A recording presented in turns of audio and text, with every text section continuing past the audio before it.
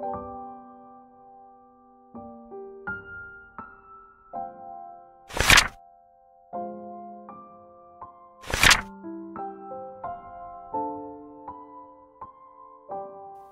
Santos nga Ebanghelyo para ng adlaw.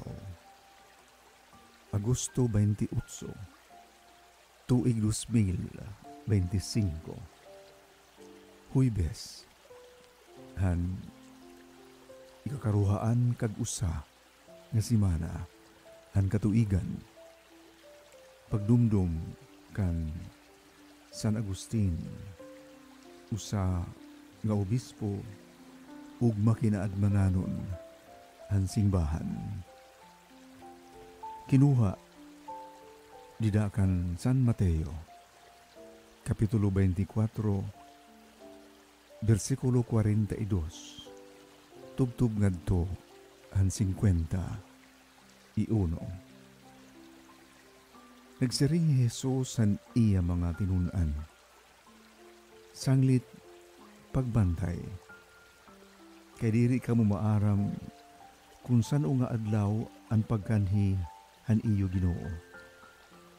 Hinumdumi niyo ini, kung maaram la an amay, han panimalay, hantak na ang pag-abot han kawatan, mag-aag mamanta iya, nga diri matugot, nga makasulod han iya balay, an kawatan. Sanglit, tungod hini, kinahanglan dayuday andam liwat kamo, kay maabot an anak han tao, hatak na, nga diri niyo, ginpapanmulat. Sanglit, hinuman an buutan, ngan maaram nga surugoon, amo hiya, ang gintapuran han iya agaron, hinpanimangno han iba nga mga surugoon. Ngan paghatag han ira pagkaon, haigo nga panahon. Pagkamalipayon, hiton nga surugoon.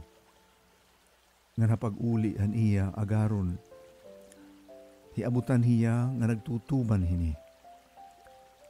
Susumatan ko kamo hintinuod, itatapod han agaron nga dahini nga surugoon, an nga tanan niya nga katigayunan.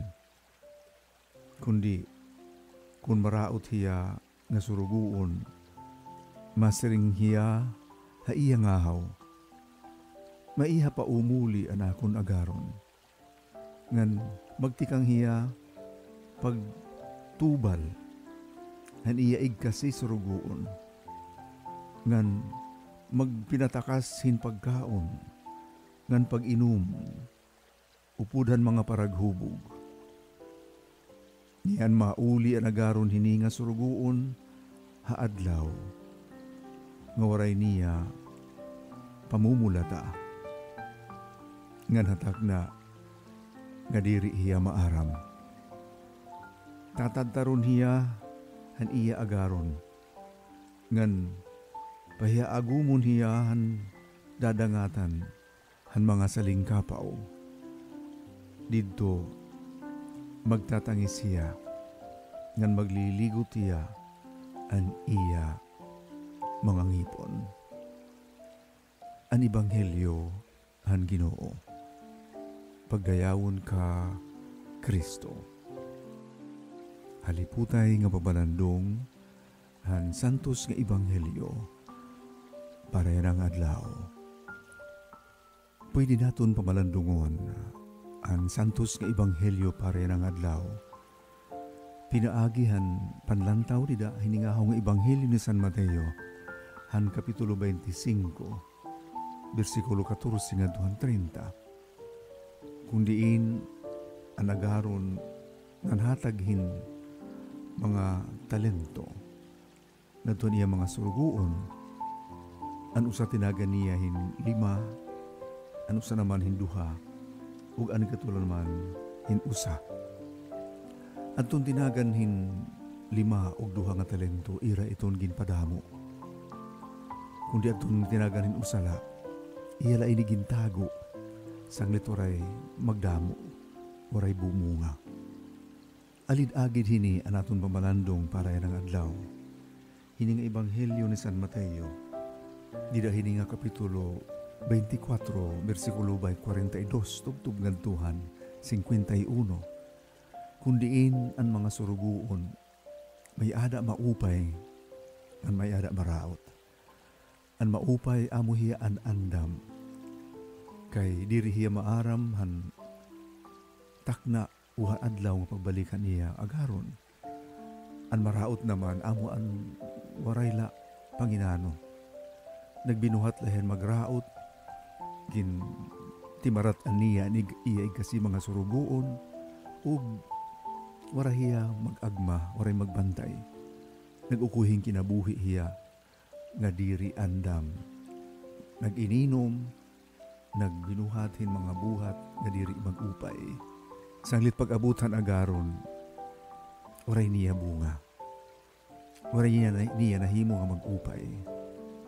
Nasiring atun santo sa Ebanghelyo na, hini nga mga tao, ilalabog hira, pagtitimarat an hira.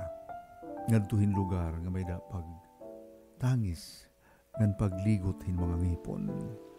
Sugad-usugad inihin mga binunyagan, mga Kristiyano, nga iragin karagan an bahandi, nga iragin narawat inan bunyag.